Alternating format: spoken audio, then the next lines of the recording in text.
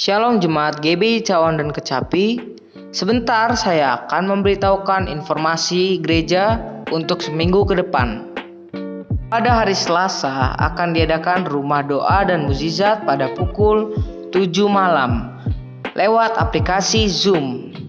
Kami mengundang untuk seluruh jemaat GBI Cawan dan Kecapi untuk mengikuti rumah doa dan mukjizat ini. Untuk link Zoom akan di-share melalui grup Gemar atau grup GBI Cawan dan Kecapi.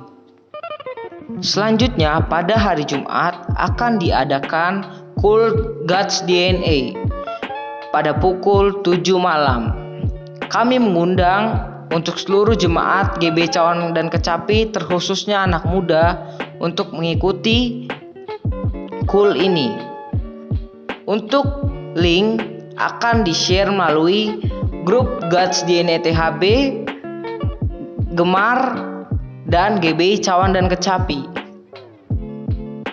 Untuk seluruh jemaat dan pelayan Tuhan dihimbau untuk mengikuti puasa yang akan dimulai pada jam 8 malam pada hari Jumat atau makan malam terakhir dan buka pada pukul 12 siang hari Sabtu. Kemudian, untuk ibadah raya GBI Cawan dan Kecapi masih akan tetap dilaksanakan secara online. Kami menghimbau untuk seluruh jemaat GBI Cawan dan Kecapi untuk tetap mengikuti channel YouTube GBI Cawan dan Kecapi. Untuk seluruh jemaat GBI Cawan dan Kecapi yang ingin memberikan persembahan kasih, persembahan persepuluhan, persembahan khusus, dan persembahan lainnya dapat mentransfer ke nomor rekening atas nama GBI Taman Harapan Baru. Sekian untuk pengumuman gereja sepekan. Atas perhatiannya saya ucapkan terima kasih. Tuhan Yesus memberkati. Haleluya, shalom Bapak Ibu terkasih dalam Kristus. Kembali lagi dalam ibadah online pada hari ini. Saya percaya kita dalam keadaan yang luar biasa karena kita ada di dalam Tuhan, amin. Mari sama-sama kita mau siapkan hati kita mau masuk dalam ibadah. Kita mau fokus untuk menyembah Tuhan, memuji dan mendengarkan firman Tuhan. Mari sama-sama kita satukan hati kita mau berdoa. Terima kasih Bapak, terima kasih Tuhan untuk setiap berkat kemurahan-Mu Tuhan.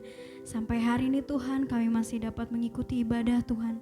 Kami percaya walaupun hanya ibadah online Tuhan, dimanapun kami berada Tuhan, berkat-Mu tidak kekurangan atas kami Bapa. Karena kami selalu merasakan kebaikan-Mu Tuhan. Kami selalu merasakan damai sejahtera yang Kau berikan ya Bapa. Sungguh kami mau berterima kasih, sungguh kami mau bersyukur ya Bapa.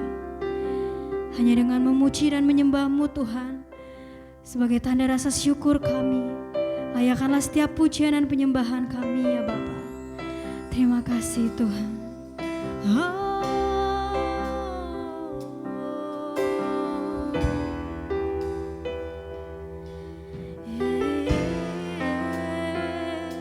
Yesus, terima kasih.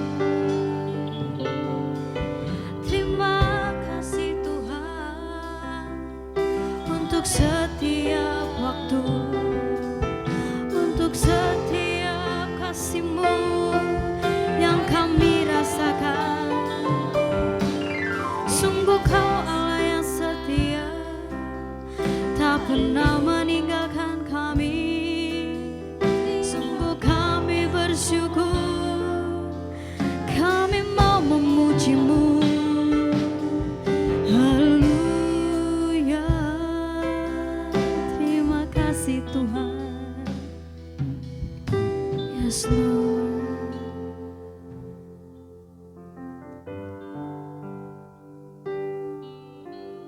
Yesus, Kau telah memulai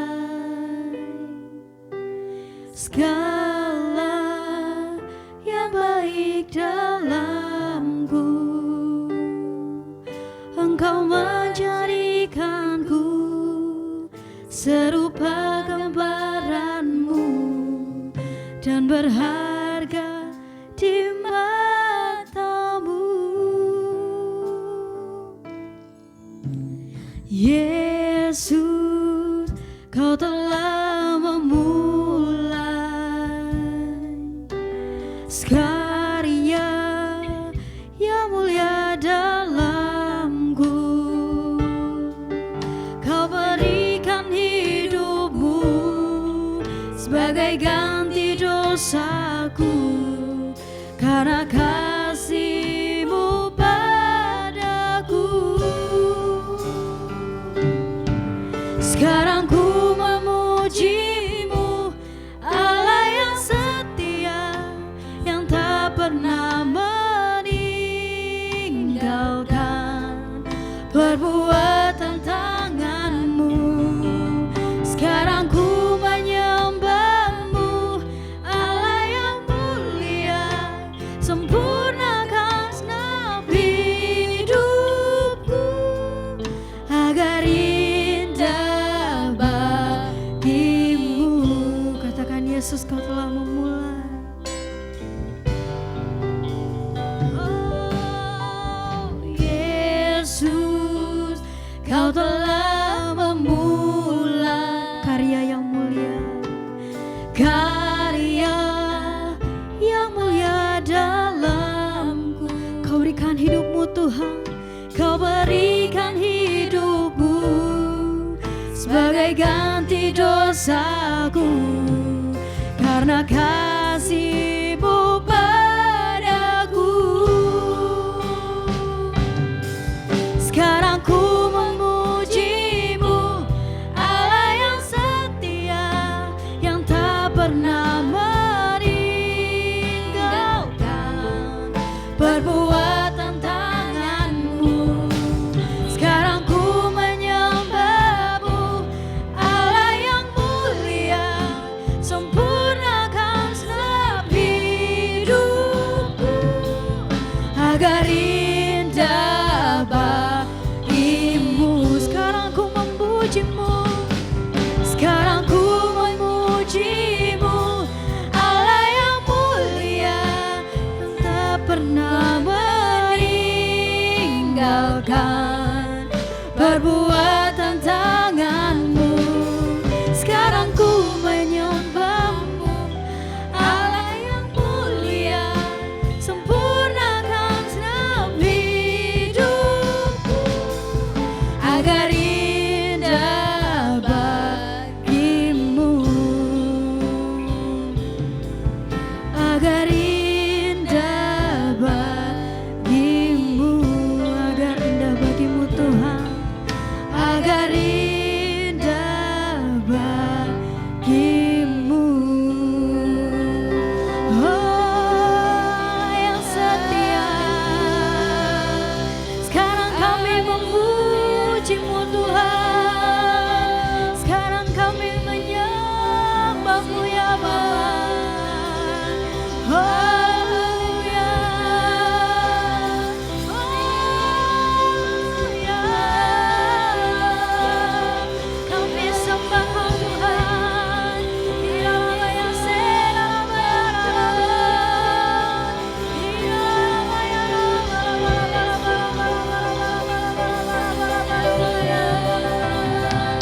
Kau layak disembah, Kau yang layak dipuji Tuhan, sebab Kau Allah kami yang setia, Kau Allah kami yang setia. Yesus, kami sembah Kau Tuhan, kami tinggikan nama-Mu, kami muliakan Kau Tuhan.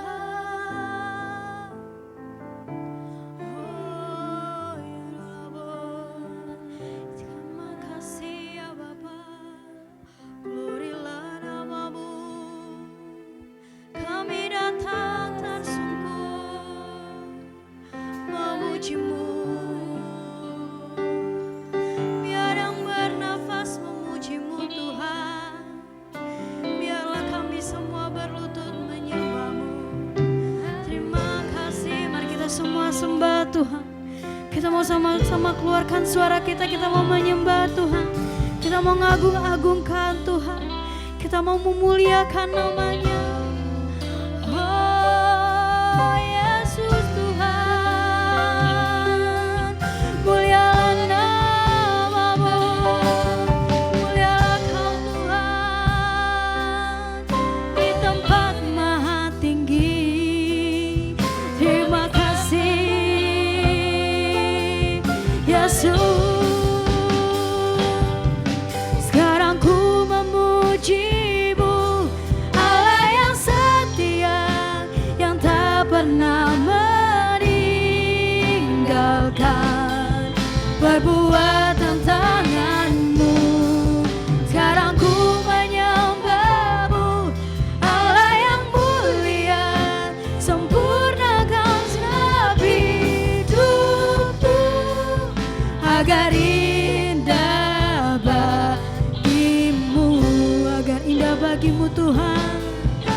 agar indah bagimu,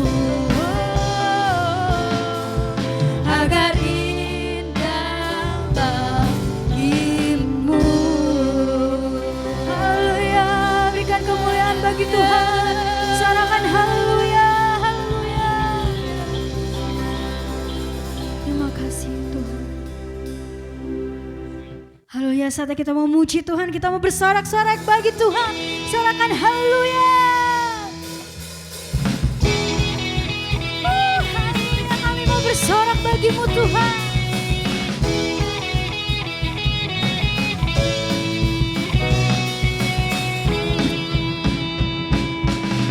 Bersorak-sorai, muliakan namanya. Dia berperang ganti kita. Bertepuk tangan, muliakan namanya. Dia selamatkan jiwa kita. Katakan dia penebus, satu-satunya penebus. Kalahkan maut, bangkit dan hidup.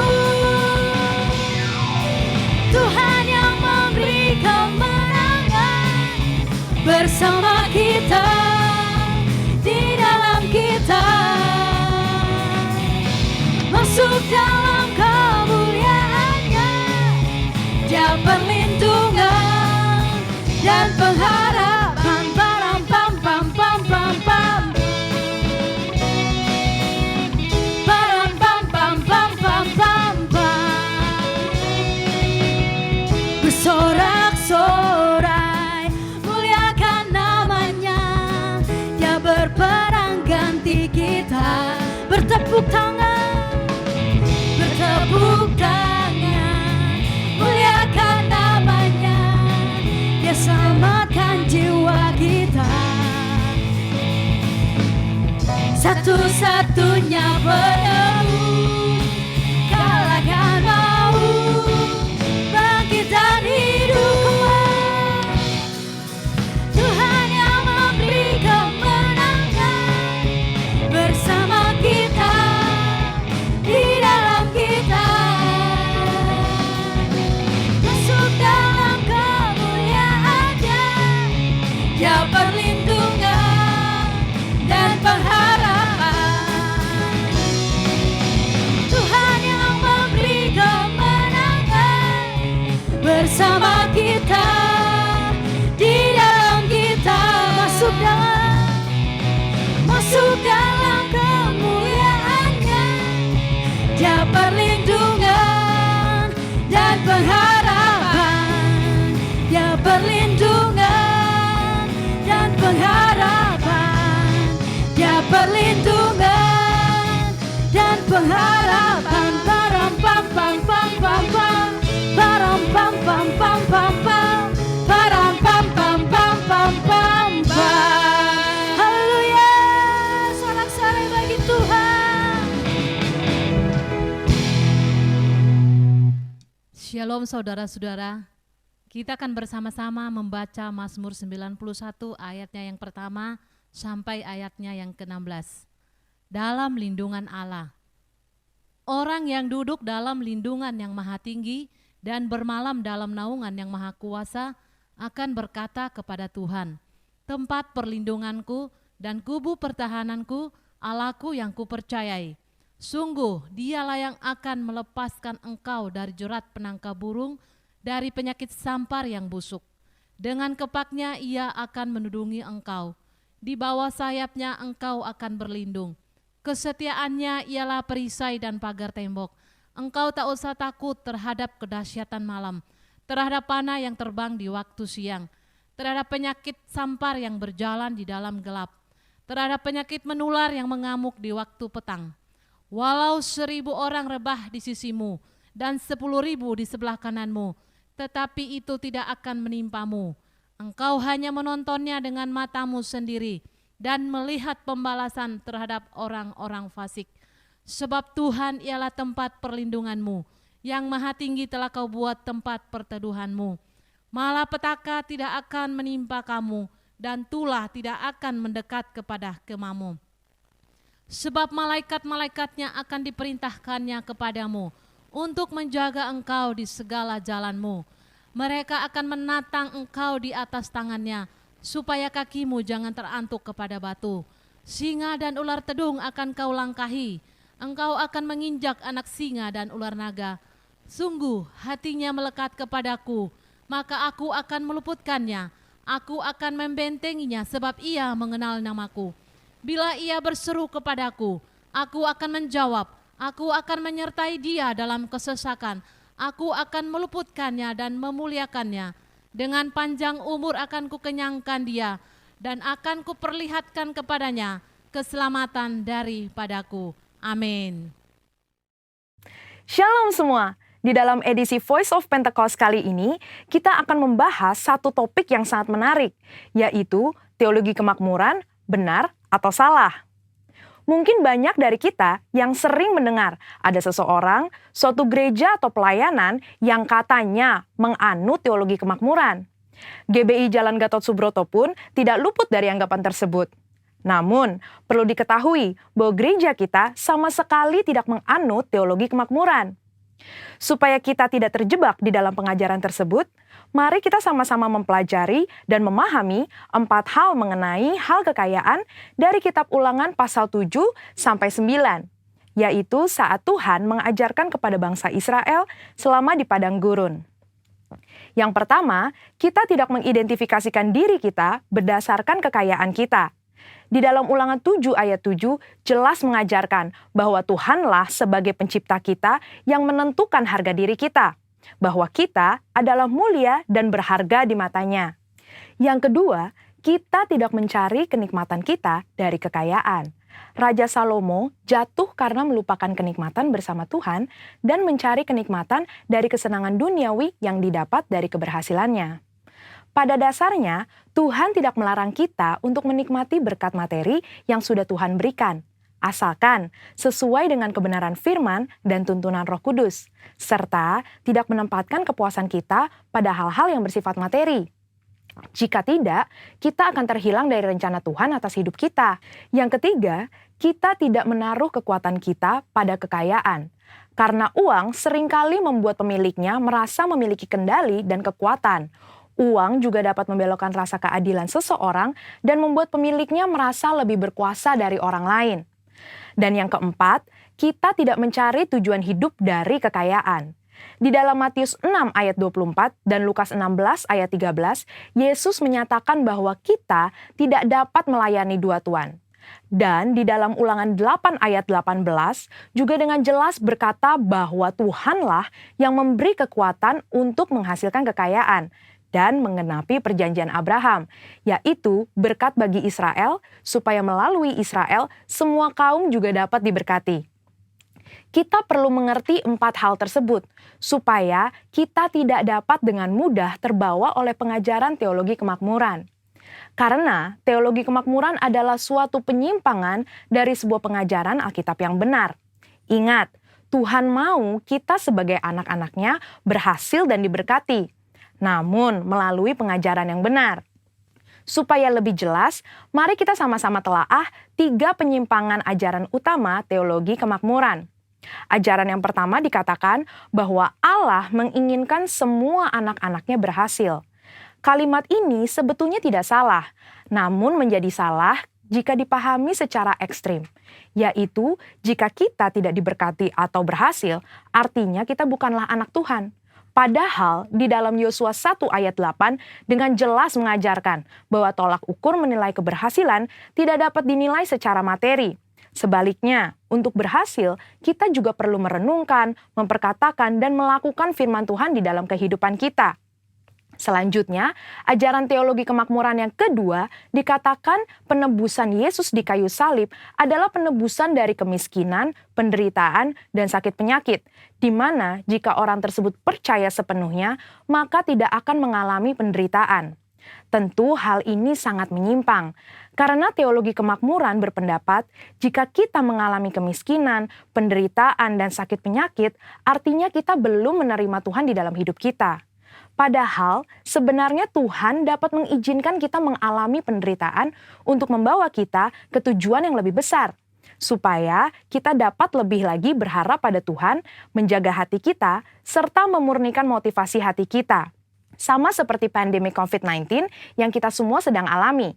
Saya percaya Tuhan mengizinkan hal ini terjadi untuk sebuah tujuan yang lebih besar, dan supaya kita dapat lebih lagi mengalami peranan Roh Kudus di dalam hidup kita, yaitu sebagai pembawa hadirat Tuhan, pemberi kuasa dan kekuatan, serta penghibur di tengah penderitaan.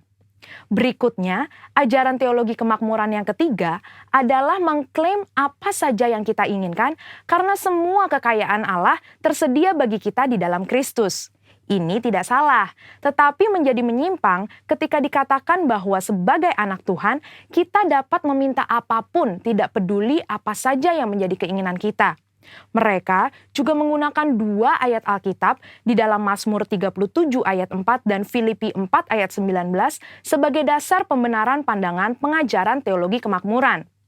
Padahal, 2 ayat tersebut bukan berbicara tentang pemenuhan segala keinginan duniawi kita, tetapi pemenuhan keperluan orang yang sudah mendapatkan kepuasan di dalam Tuhan. Dan juga permintaan tersebut harus sesuai dengan kehendak Tuhan. Melihat dari 3 ajaran tersebut, dapat disimpulkan bahwa teologi kemakmuran adalah teologi yang kekanak-kanakan, yang terlalu menekankan hak dan melupakan tanggung jawab. Dan GBI Gatot Subroto jelas tidak setuju dengan penyimpangan pengajaran tersebut. Namun, kita perlu percaya bahwa Tuhan sangat ingin memberkati kita berlimpah-limpah, supaya kita dapat menjadi berkat bagi orang lain, serta menyelesaikan amanat agung Tuhan Yesus dan pekerjaan Tuhan di bumi.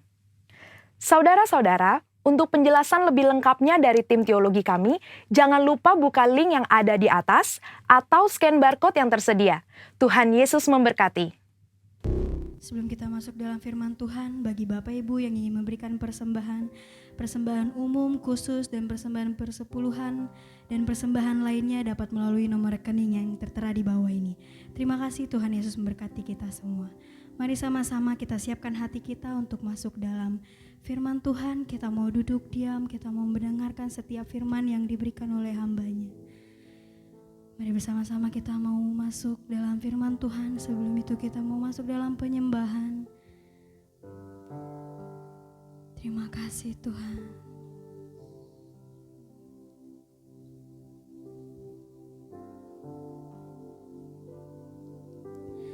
Kasih yang sempurna telah ku terima darimu, bukan karena kebaikanmu, hanya oleh kasih karuniamu kau pulihkan aku,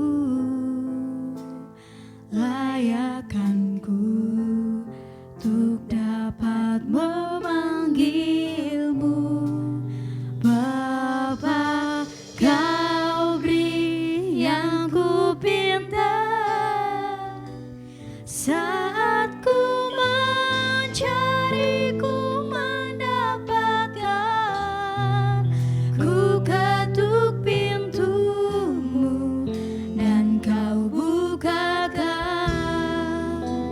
sebab kau Bapa-Ku, Bapa yang kekal.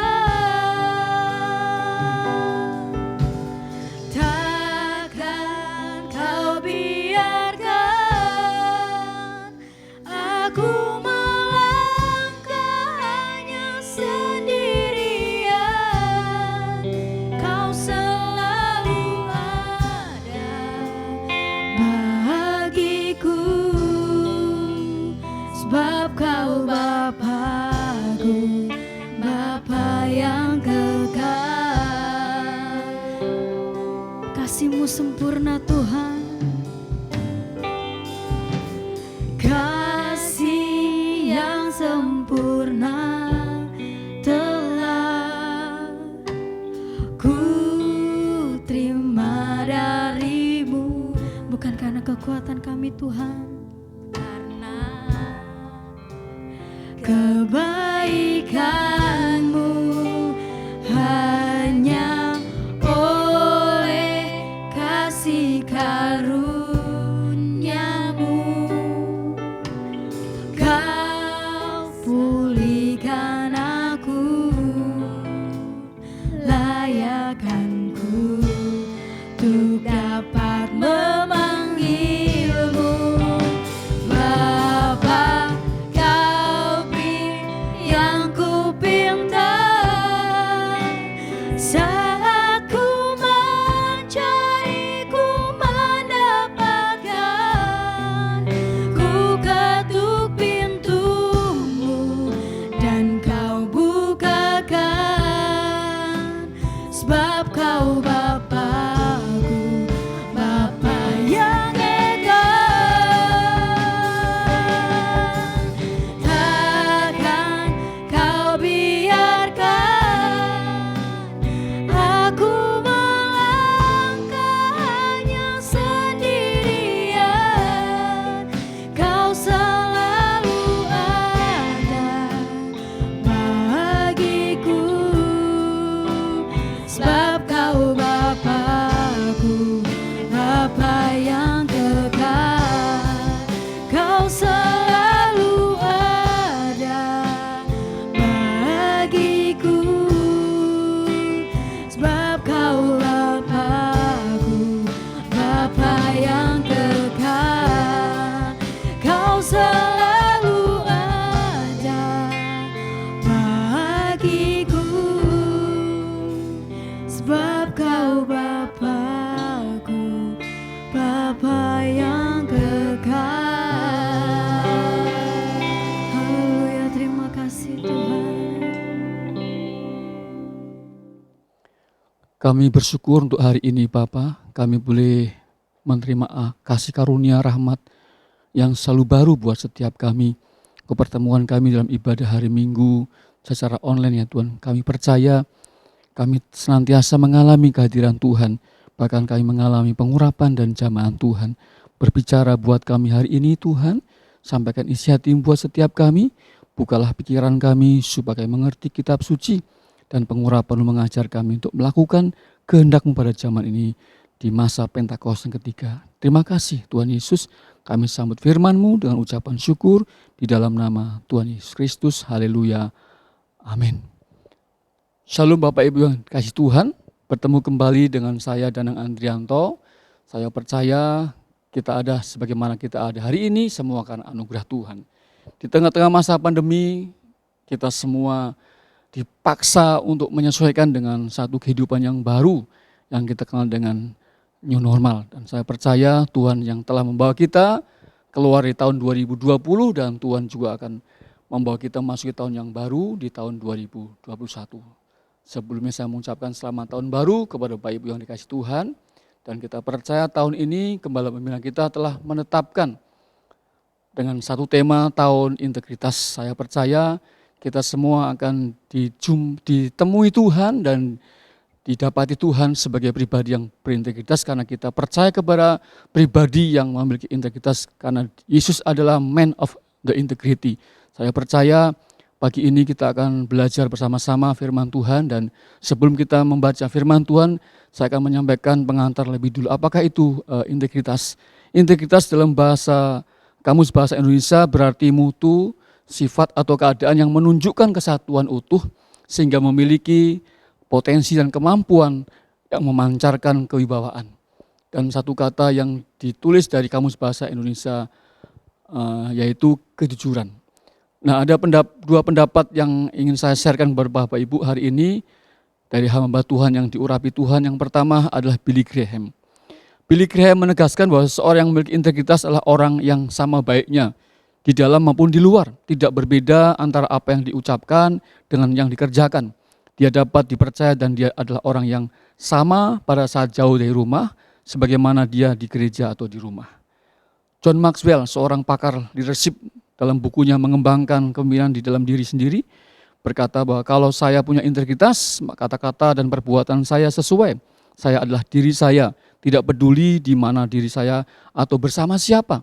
Seseorang yang punya integritas tidak membagi loyalitas dia tidak punya sikap hati mendua ataupun dia hanya pura-pura atau dia munafik.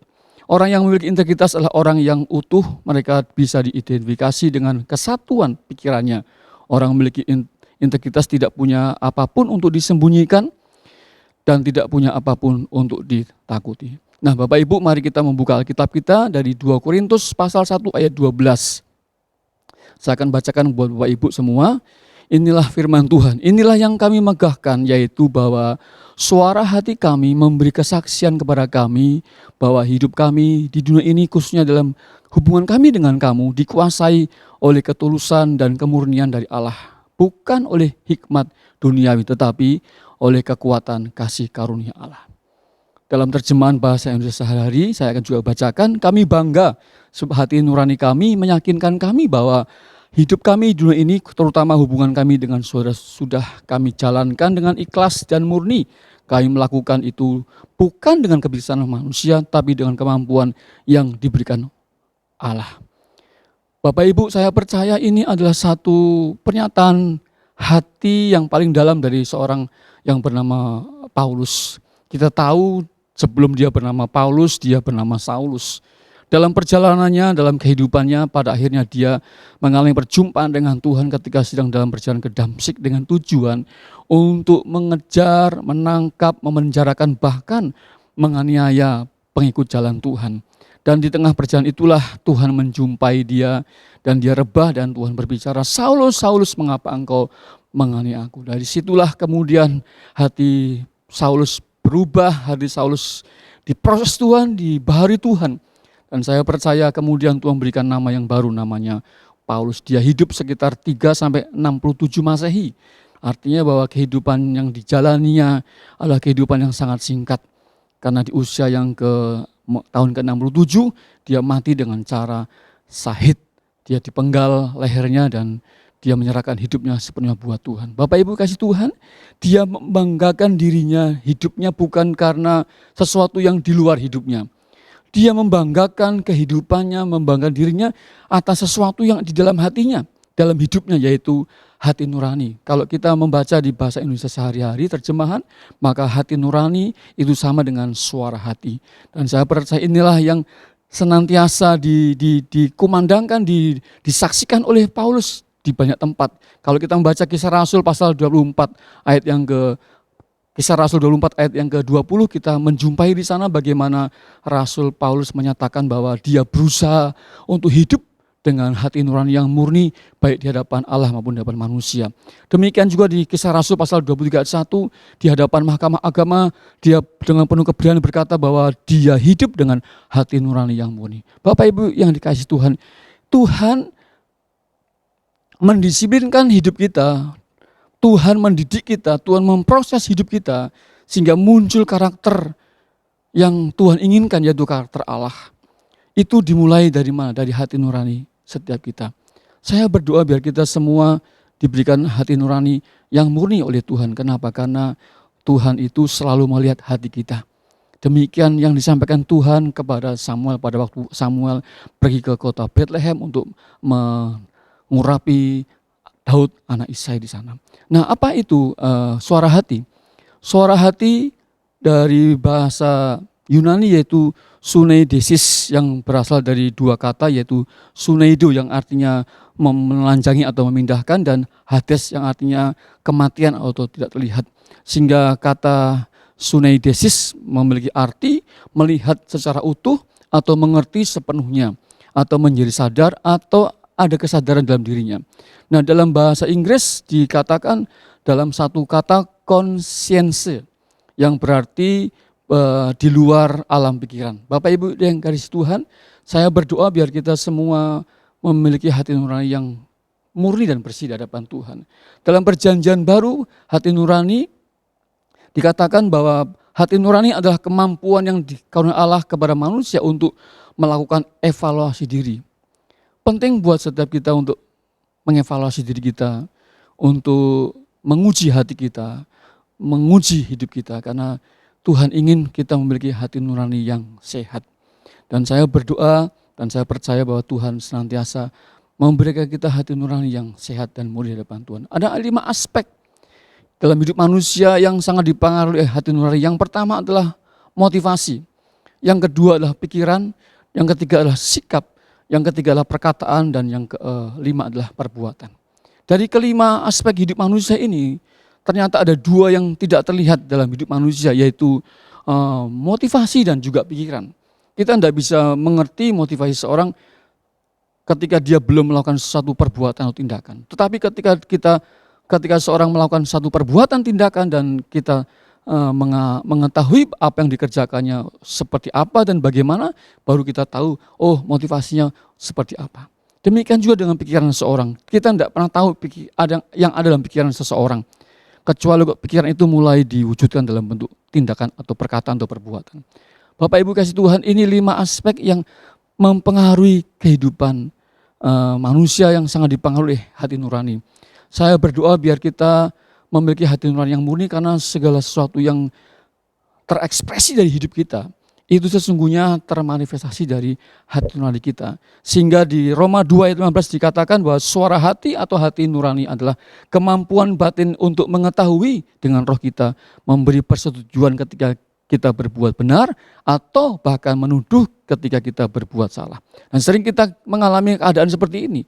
Pada waktu kita melakukan satu kebenaran dalam hidup kita, kita akan mengalami namanya damai sejahtera. Tapi sebaliknya ketika kita melakukan dosa, kita akan mengalami banyak tuduhan. Bahkan seringkali kita kehilangan yang namanya damai sejahtera. Saya berdoa biar kita semua memiliki hati nurani yang bersih di hadapan Tuhan. Karena di Mazmur 78 ayat 72 ada satu tokoh Alkitab yang tulis bagaimana Daud. Dia berkata seperti, ia menggembalakan mereka dengan ketulusan hatinya dan menuntun mereka dengan kecakapan tangannya. Ternyata orang yang memiliki ketulusan hati atau kemurnian itu, ternyata mereka memiliki kecakapan yang Tuhan anugerah kehidupan dia. Bapak Ibu dikasih Tuhan, kita akan masuk yang kedua. Yang pertama tadi kita berbicara tentang hati nurani. Kemudian kedua dikatakan di frase yang berikutnya bahwa hidup kami di dunia ini, khususnya dalam hubungan kami dengan kamu, dikuasai oleh ketulusan dan kemurnian dari Allah. Bapak Ibu kasih Tuhan, ketulusan dan kemurnian ini adalah karakter Allah. Karena dikatakan oleh Paulus di suratan 2 Korintus pasal 1 ayat 12, dikuasai oleh ketulusan dan kemurnian dari Allah. Saya percaya ini adalah karakter Allah yang harus muncul dalam kehidupan kita. Dan saya berdoa biar kita semua memiliki karakter ini dalam kehidupan setiap kita, sehingga kita didapati sebagai orang yang berintegritas. Karakter ini muncul karena proses yang begitu hebat yang dialami oleh Paulus, Bapak Ibu. Kalau kita membaca di pasal yang kelima dari 2 Korintus 1 ayat yang kelima, kita melihat bagaimana kesengsaraan Kristus. Bagaimana hidup dia itu selalu mengikuti jejak Tuhan. Dia mengikuti jalan salib, itu penderitaan. Dan ayat yang ke-8 dikatakan bagaimana hidup dia begitu berat. Dan saya percaya itulah cara Tuhan mendidik dia, memproses dia. Supaya hati nurani yang murni, sehingga timbul ketulusan dan kemurnian itu dalam hidupnya. Yaitu melalui peremukan jiwanya atau permukaan manusia dagingnya. Melalui penderitaan, bahkan Paulus berkata, tiap-tiap hari aku berhadapan dengan maut, tiap-tiap hari aku mengalami aniaya dan sengsara. Bagaimana kehidupan dia penuh dengan penderitaan, bagaimana kehidupan dia penuh dengan tantangan. Tetapi itu tidak menyurutkan dia untuk tidak memberitakan Injil Kerajaan Allah. Justru itu mendorong dia untuk punya satu semangat dan gairah untuk bagaimana dia menyelesaikan tugas yang dipercayakan kepada dia, sekalipun dia harus berhadapan dengan kematian. Saya percaya Tuhan ingin kemurnian dan ketulusan itu ada dalam hidup setiap kita semua. Yang percaya kata amin. Karena ini karakter Tuhan, karakter Allah yang harus muncul dalam kehidupan setiap kita. Bapak Ibu, ketulusan itu berarti dalam bahasa Inggrisnya simplicity, artinya sederhana. Kalau dalam bahasa lain tidak rumit. Orang yang tulus, orang itu simple. Hidupnya sederhana, enggak rumit. Cara berpikirnya juga enggak rumit, motivasinya juga sederhana, kemudian sikapnya juga sederhana, perkataannya juga sederhana, bahkan perbuatannya juga sangat sederhana, enggak rumit. Tapi sebaliknya kalau orang itu enggak tulus, penuh dengan kemunafikan, yang saya katakan penuh dengan modus, motivasi yang tersembunyi yang tidak tulus, maka hidupnya akan banyak mengalami yang namanya kegagalan, dan pada akhirnya dia terpisah dari Tuhan. Karena karakter ini adalah karakternya Tuhan, yaitu ketulusan dan kemurnian. Berbicara murni bukan berbicara kepada satu keadaan yang bersih, tetapi bicara murni, titik beratnya adalah sesuatu yang tidak bercampur. Sebuah unsur murni, emas murni, itu melalui satu proses di mana emas itu harus dibakar dalam suhu tertentu sehingga memisahkan unsur-unsur yang lain, sehingga yang tersisa adalah emas yang murni. Kemurnian itu hanya didapat melalui proses dalam kehidupan setiap kita. Tidak dapat kita miliki karakter Tuhan kemurnian dalam waktu yang instan. Itu adalah proses seumur hidup. Itu adalah didikan Tuhan seumur hidup. Sehingga kita memiliki yang namanya ketulusan dan kemurnian di dalam hati kita. Paulus berkata, aku bermegah dalam hati nuraniku turut bersaksi bahwa hidupku di dunia ini, khususnya dalam hubungan kamu dengan aku dengan kamu, dikuasai oleh ketulusan dan kemurnian dari Allah. Dan dia menyampaikan ini dengan satu kerinduan supaya jemaat-jemaat di Korintus mereka mengalami yang namanya anugerah Tuhan yang lebih lagi. Kalau kita membaca di suratan yang pertama dari Korintus yang dikirim oleh Paulus, kita menemukan ada banyak kerumitan di sana. Karena jemaat-jemaat di Korintus mereka hidup dengan berbagai macam latar belakang. Dan pada akhirnya Paulus mengungkapkan kata ini, yaitu ketulusan dan kemurnian. Orang yang hidupnya dengan murni dan dengan tulus, hidupnya akan menikmati anugerah Tuhan. Dia akan dituntun Tuhan, dia akan disertai Tuhan. Dan saya percaya berkat Tuhan pun juga menyertai dia. Kenapa? Karena Tuhan menyertai dia. Dan saya berdoa biar kita semua didapati Tuhan, dibentuk Tuhan, diproses Tuhan, dididik Tuhan. Untuk kita memiliki yang namanya hati yang bersih, dan kita memiliki karakter Tuhan, ketulusan dan kemurnian. Bapak Ibu, justru di tengah-tengah pandemi seperti inilah, Tuhan akan melihat keaslian dari hidup setiap kita. Apakah kita betul-betul mengandalkan Tuhan atau sebaliknya kita hanya berharap mengandalkan manusia. Alkitab berkata di Yeremia pasal yang ke-17, terkutuklah orang yang mengandalkan manusia, yang mengandalkan kekuatannya, tetapi diberkatilah orang yang mengandalkan Tuhan. Hampir 10 bulan kita telah lalui dalam masa pandemi bersama-sama. Saya berdoa kita semua sehat dalam anugerah Tuhan. Tidak terpapar oleh virus COVID ini. Sehingga kita semua dapat terus move on, bergerak maju dalam anugerah Tuhan. Karena orang yang punya hati nurani yang murni, Alkitab katakan dia disertai oleh Tuhan. Karena Tuhan selalu melihat hati kita. Orang yang punya hati nurani yang bersih dan sehat, orang itu akan mengerjakan segala sesuatu dengan tuntas, akan mengerjakan segala sesuatu dengan selesai, dan pada akhirnya orang yang punya hati nurani yang murni dan punya ketulusan kemurnian, apapun yang dikerjakannya akan menghasilkan kualitas pekerjaan yang terbaik. Mari kita membuka hati kita dan izinkan Tuhan menjamah hati kita, membentuk hidup kita, supaya kita punya hati nurani yang murni, sehingga kita memunculkan karakter Kristus, yaitu ketulusan dan kemurnian dalam hati setiap kita.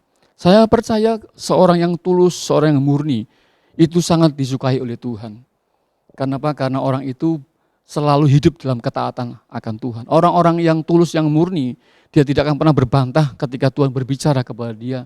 Dia akan segera melakukan apa yang diperintah Tuhan. Dan ketika kita taat melakukan perintah Tuhan, kehendak Tuhan, kita percaya kita akan mengalami banyak mukjizat yang Tuhan kerjakan dalam hidup setiap kita.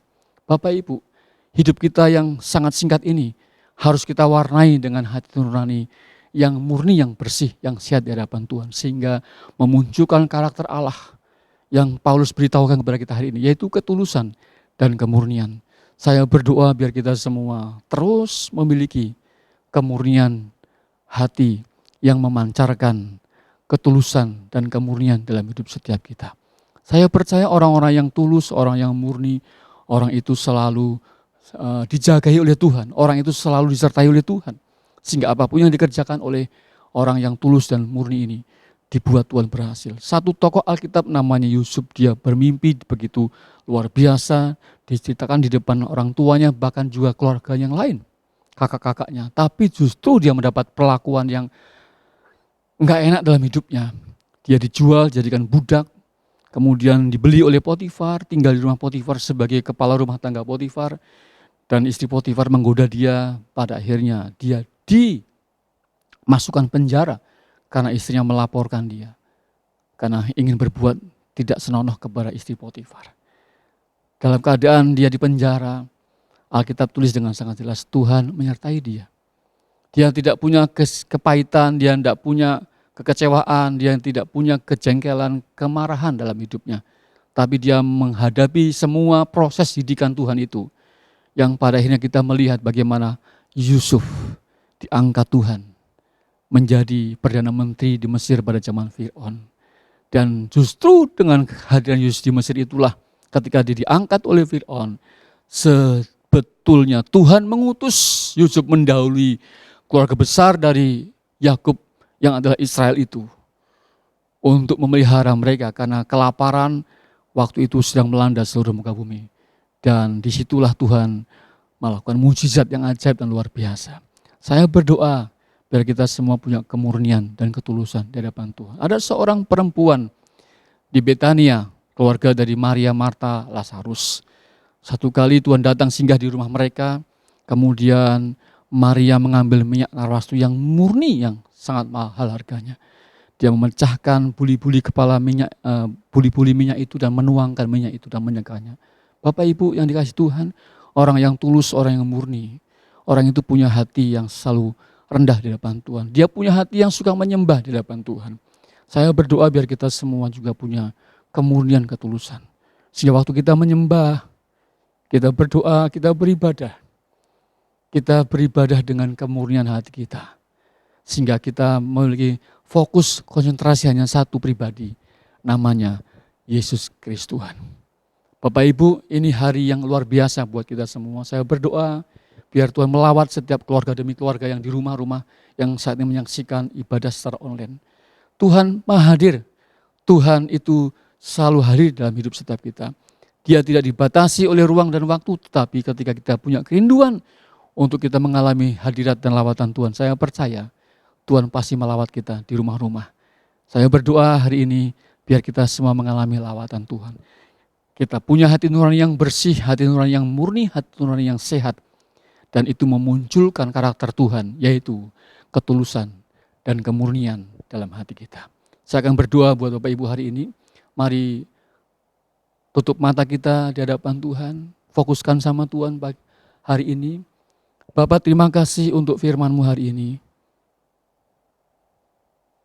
Aku berdoa untuk setiap keluarga demi keluarga, rumah tangga demi rumah tangga yang terdampak karena COVID ini Tuhan.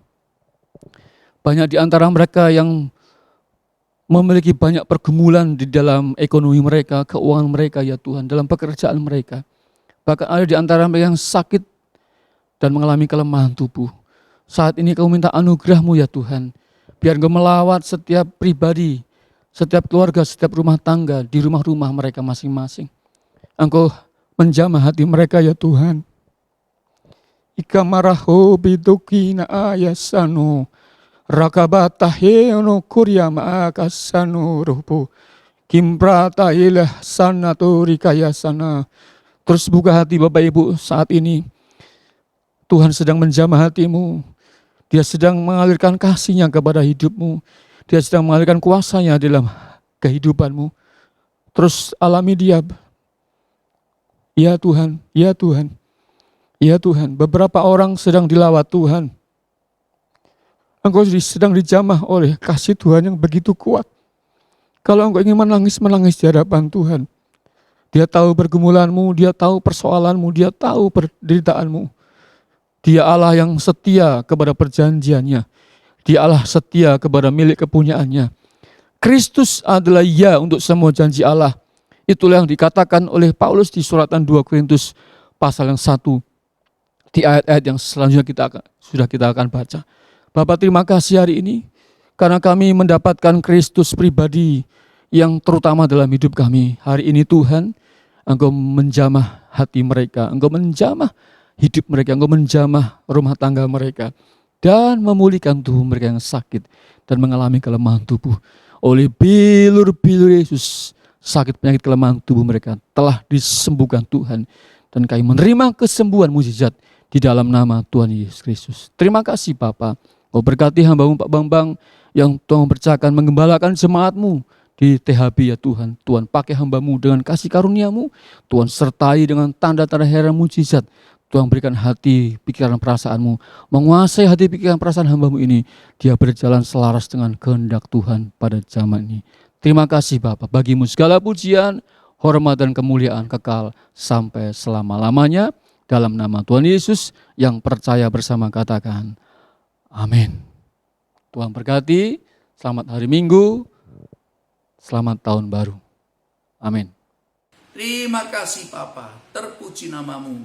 Haleluya, haleluya. Mari kita angkat dan buka tangan kita. Saudara-saudaraku yang dikasih Tuhan, sekarang terimalah berkat anugerah, sukacita damai sejahtera yang berlimpah-limpah dari Allah Bapa di dalam Kristus Yesus Tuhan. Persekutuan yang indah dan manis dengan Roh Kudus yang terus dan selalu menyertai, menuntun, membimbing, mengurapimu mulai saat ini sampai Tuhan Yesus datang kembali menjemput kita semua di awan permai, dan kita boleh hidup bersama dengan Dia selama-lamanya. Yang telah percaya dan diberkati Tuhan berlimpah-limpah untuk menjadi berkat, katakan bersama-sama haleluya, amin.